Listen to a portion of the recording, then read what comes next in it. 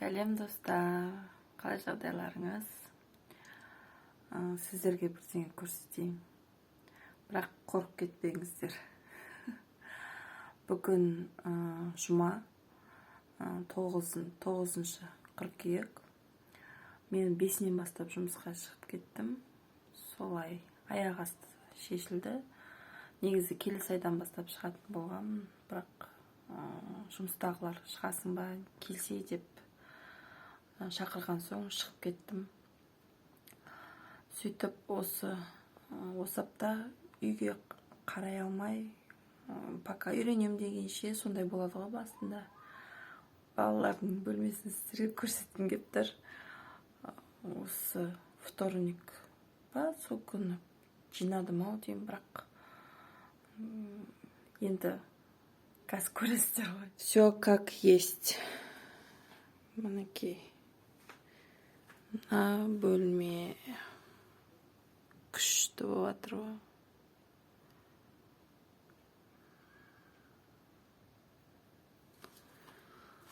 Барлығын тазарту керек, дұрыстау керек.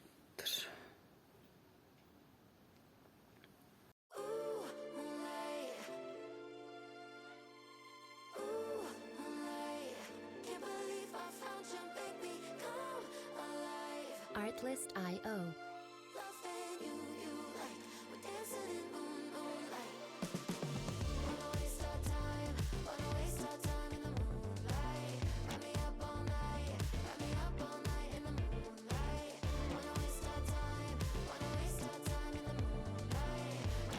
Music licensing reimagined. Зорға жинадым ау, анау арқамызда грыжамыз бар тұғын, соған стол алып келген мамам. Жатып жүргенбіз ғой, осы детский бөлмеде. Зорға жиналып, білмеймін қалай жинайтынымды. Сонымен балалардың төсектерін ауыстырып қояйын. Салған жоқпын, только шығарып жаңа жууға тастадым. Үлкен ұлым атасы мен әжесінде, пока біз үйренеміз дегенше қызымды садикке берген жоқпын әлі. Атасы мен әжесі қарайды, барлығымыз жабылып қарап жатыр ғой, барлығы. Сонымен пока садикке берем дегенше, үйренгенше үлкен ұлым сояқта болады. Сабағы жақын. Екінші ұлымыз садикке барып жатыр. Сонымен киімдердің барлығын жуып, кепкендердің барлығын тазартып, орын-орнына тоже киімдердің барлығын ақтарып шығару керек. Күн аяқ асты суып кетті ғой, бір күннің ішінде күз болып кетті. Сонымен орын-орнына қойып жинастырамын. Бүгін тек қана осы жаңағы бөлмені ғана жинастырып қойдым, киімдерді басқа күнге қалдырамын. Көрсетем ғой, сіздермен бірге жинаймыз ғой. Қытай қалайса. Мына екінші ұлымның Алиханның қазір постельный бельесін шығарып тастайын. Мынау не байқадыңыздар ма? Жастықтың сыртының наволочкасының барлығы детский пеленкілер. Мама келген кезде тігіп берген түгін. Қалған пеленкілердің бәрін не істейсің, оның бәрін лақтырмайсың. Зато басқа жастыққа рахат, жұмсақ жастауға ыңғайлы.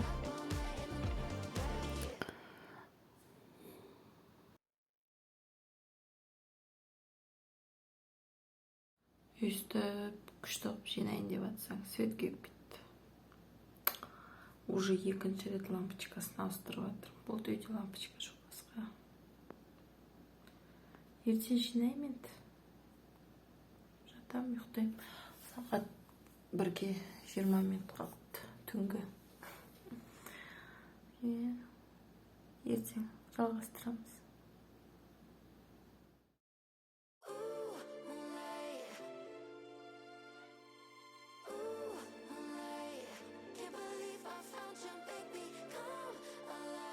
Artlist.io.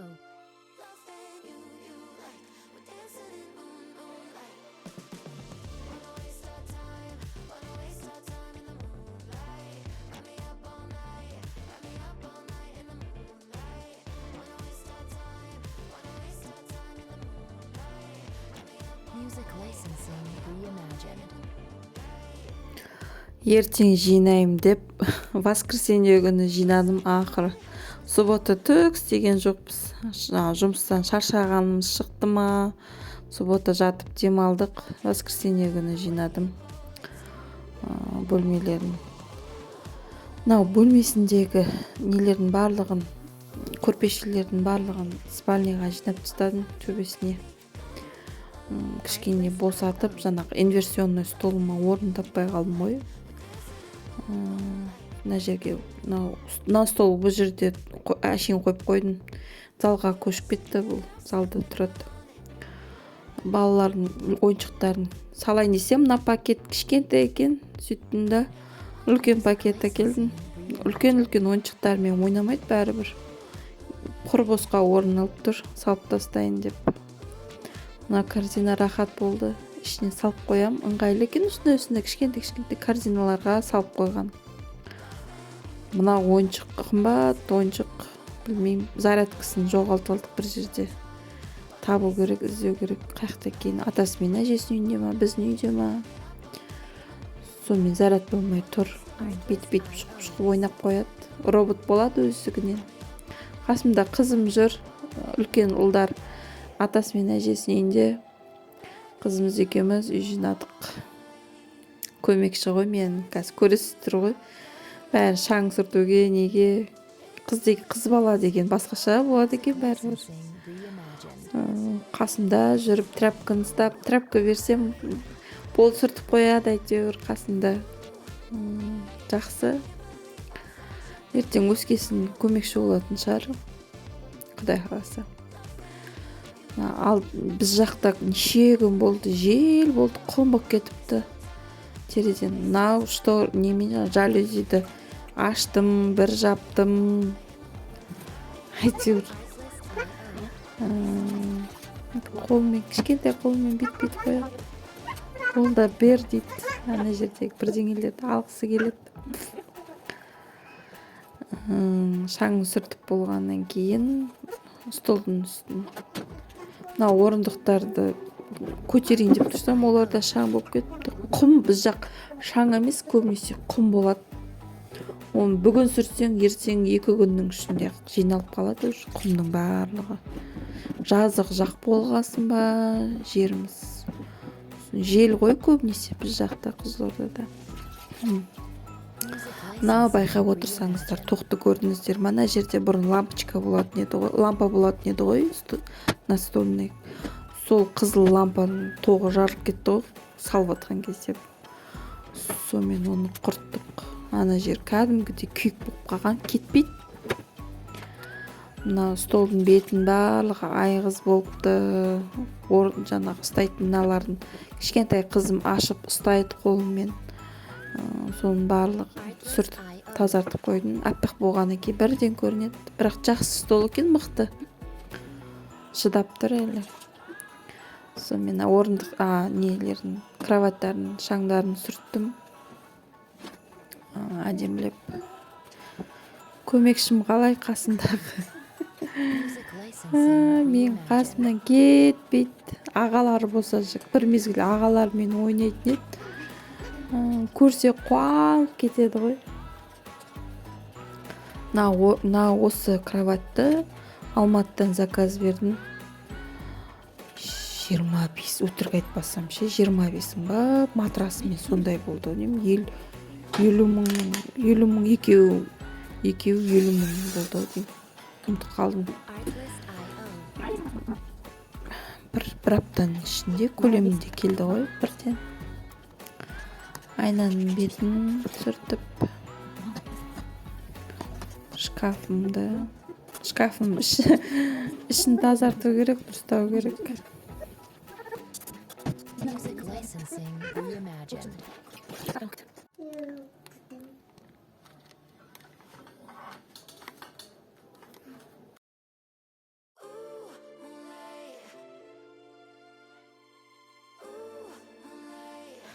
әдемілеп пылесостап алайын. List.io. Не білмеймін, шашына пылесос шаш тартпай тұр. Почему-то шашты қалай не қылатынымды щеткамен істейтін шығармын. Сосын бір жерден көріп едім, соны істеп көру керек. Сода сухая чистка дейді. Соданы сеуіп қояды кесін, сосын барып жарты сағаттан кейін не пылесостап аласың, болды. Келесі неде үй жинаған кезде соны көретін шығармын. Мына кроваттарды жеңіл көтеруге ыңғайлы, көтеріп астын бір жинап сүртіп алайын дедім. Астында неше түрлі ойыншық, бірдеңе, сірдеңе бәрібір жатады ғой. Балалы үй болғаннан кейін. Бала бар үйде, анау қуыста да бір ойыншық, мына қуыста да бір ойыншық, бәр жерде бір ойыншықтан тұрады әйтеуір. Артын дұрыстап сүртіп алдым да, кроваттардың барлығын орнына қойдым.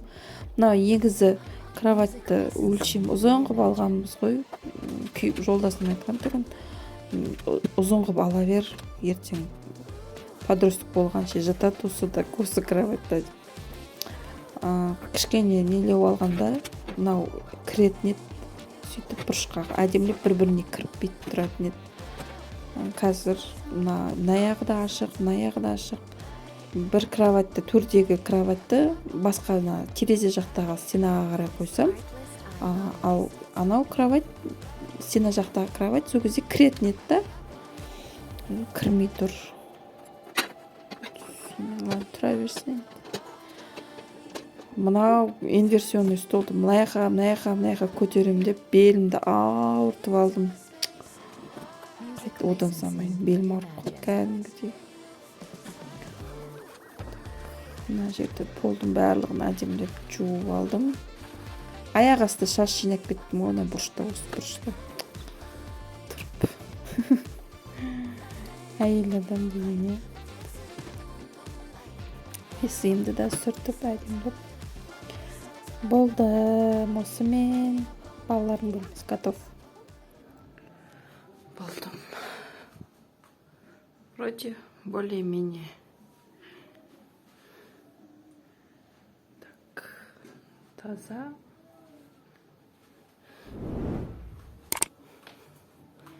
Енді сіздерге залды көрсетейін.